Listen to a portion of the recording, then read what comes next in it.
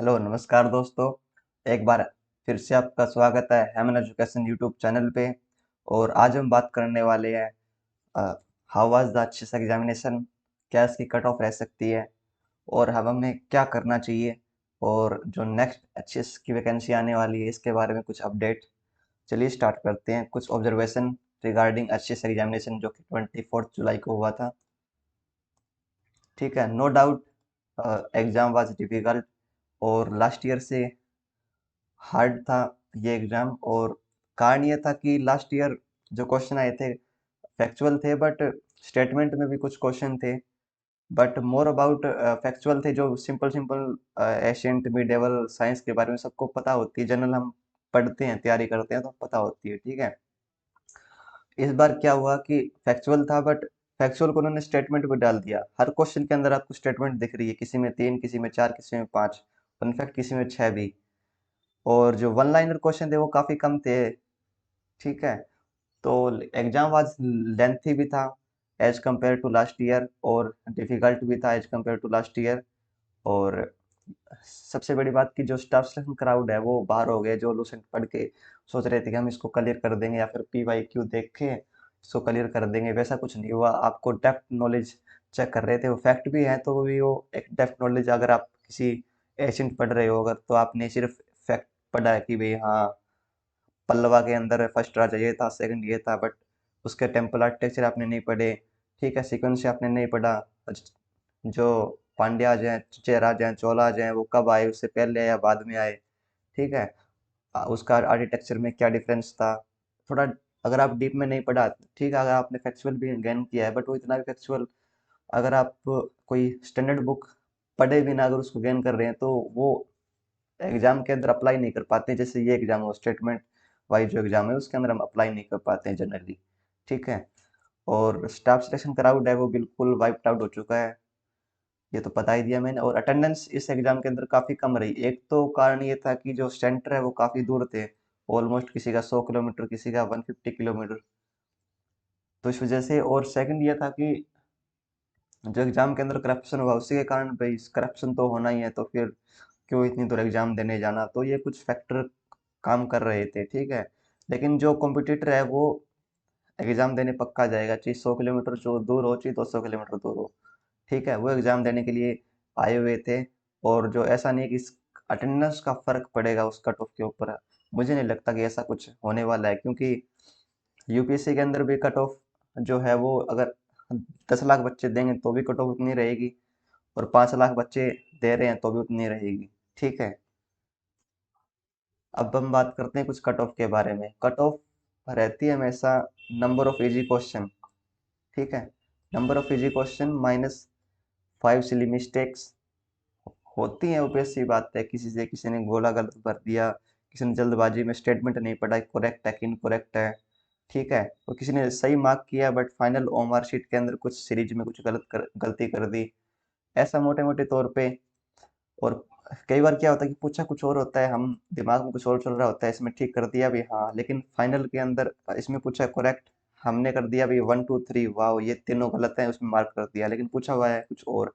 ठीक है, तो ऐसा कुछ होता है, मतलब फाइल 5 सिली मिस्टेक मान के चल रहे हैं हम। ठीक है, और 5 तुक्के जो हमने तुक्के मारे भाई हाँ हाँ ये हो सकता है, बट वो फाइनली ठीक हो गए हमारे, हमको नहीं आता नहीं था क्वेश्चन, बट ठीक हो गए। ठीक है, तो ये एक दूसरे को कैंसिल आउट कर देते हैं। अब बचता कहाँ है competition, number of easy question पे। एवरी टाइम जितना मेरा एक्सपीरियंस रहा है, हर बार नंबर ऑफ इजी क्वेश्चन ही डिसाइड करते हैं कि आपका सिलेक्शन होगा कि नहीं होगा। अगर आपने सिली मिस्टेक ज्यादा की तो आप बाहर हो गए। ठीक है, सबसे बड़ी बात क्या है कि हमको सिली मिस्टेक कम करनी होती है, लेकिन हो जाती है कहीं ना कहीं। इसको इसको कम से कम करना है, और नंबर ऑफ इजी क्वेश्चन है ना वो आपको ज़्यादा ठीक करने हैं। इसमें कोई गलती गुंजाइश नहीं होनी चाहिए, क्योंकि नंबर ऑफ इजी क्वेश्चन सभी ठीक कर रहे हैं। सभी जो एस्पिरेंट है, जो कॉम्पिटिटर आपका, वो भी आपका ठीक कर रहा है इजी क्वेश्चन। बात आती है डिफिकल्ट डिफिकल्ट, किसी ने एक ने कुछ एक्स्ट्रा पढ़ा होगा, वो एक क्वेश्चन आधा क्वेश्चन उसका ठीक हो जाएगा, वो उसको हम तुक्के में काउंट कर लेते हैं। ठीक है, लेकिन बाकी तो नहीं पढ़ा हुआ। कट ऑफ तो इस एक बंदे से नहीं जाने वाली किसने क्या पढ़ा हुआ है। कट ऑफ तो इसी को अकॉर्डिंग जाएगी ना कि नंबर ऑफ इजी क्वेश्चन कितनों ने अटेम्प्ट किए, तो कितने सही किए ने इसमें से। ठीक है, और इस बार तुक्काबाजी का स्कोप बिल्कुल कम था क्योंकि स्टेटमेंट इतनी ज़्यादा थी।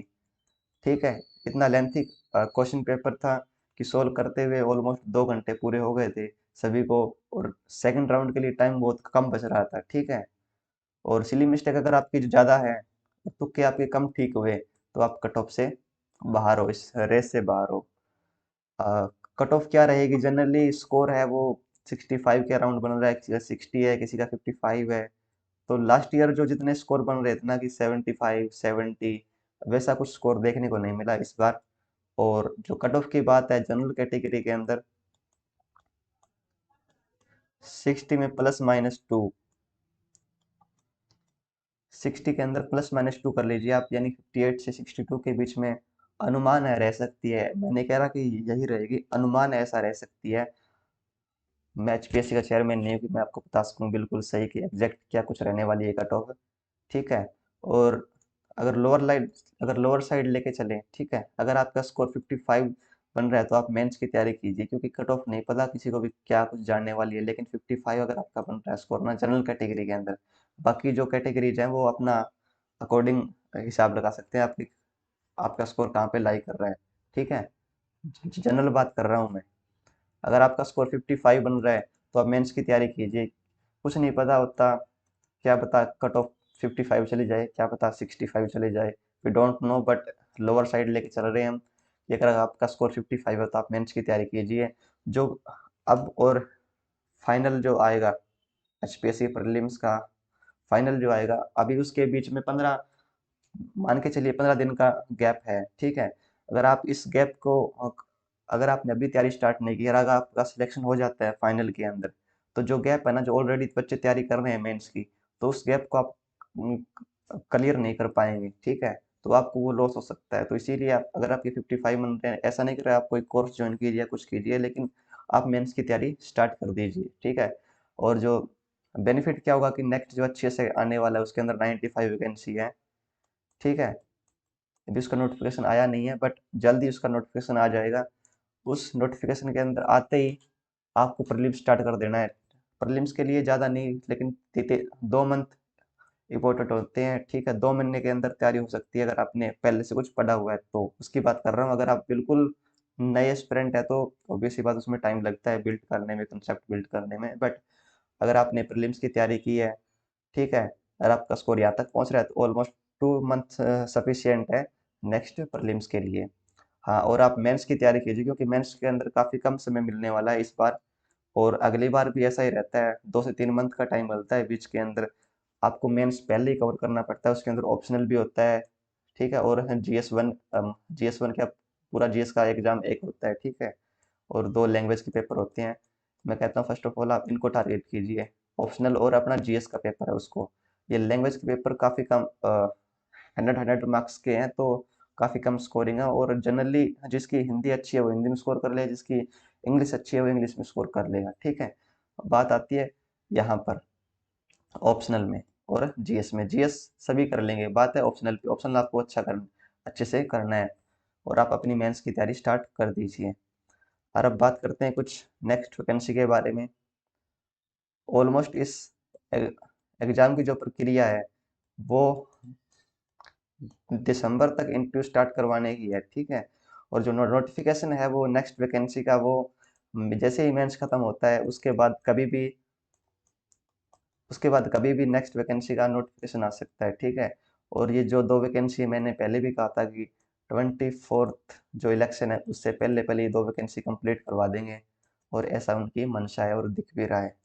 ठीक है, अगर आपको ये वीडियो अच्छी लगी तो लाइक कीजिएगा, अगर आपको कुछ डाउट है तो आप कमेंट बॉक्स में लिखिएगा। कुछ भी हो सकते हैं, positive negative, we are except all the hair, freedom of speech, आप कुछ भी कह सकते हैं। कमेंट बॉक्स हमेशा ओपन रहेगा। ठीक है, हम कभी भी कमेंट बॉक्स में नहीं कहते कि आपने क्यों लिखा, आपकी अपने ऑब्जर्वेशन है, कुछ भी हो सकता है। We are welcome the things that, कि कुछ भी अगर फ्रीडम ऑफ स्पीच में आप कह रहे हैं। ठीक है, थैंक यू सो मच। अगर आप इस चैनल पर नए हो तो आप हमारे चैनल को सब्सक्राइब कीजिए। अगर आपको वीडियो अच्छी लगी तो लाइक कीजिएगा, शेयर कीजिएगा। Thank you.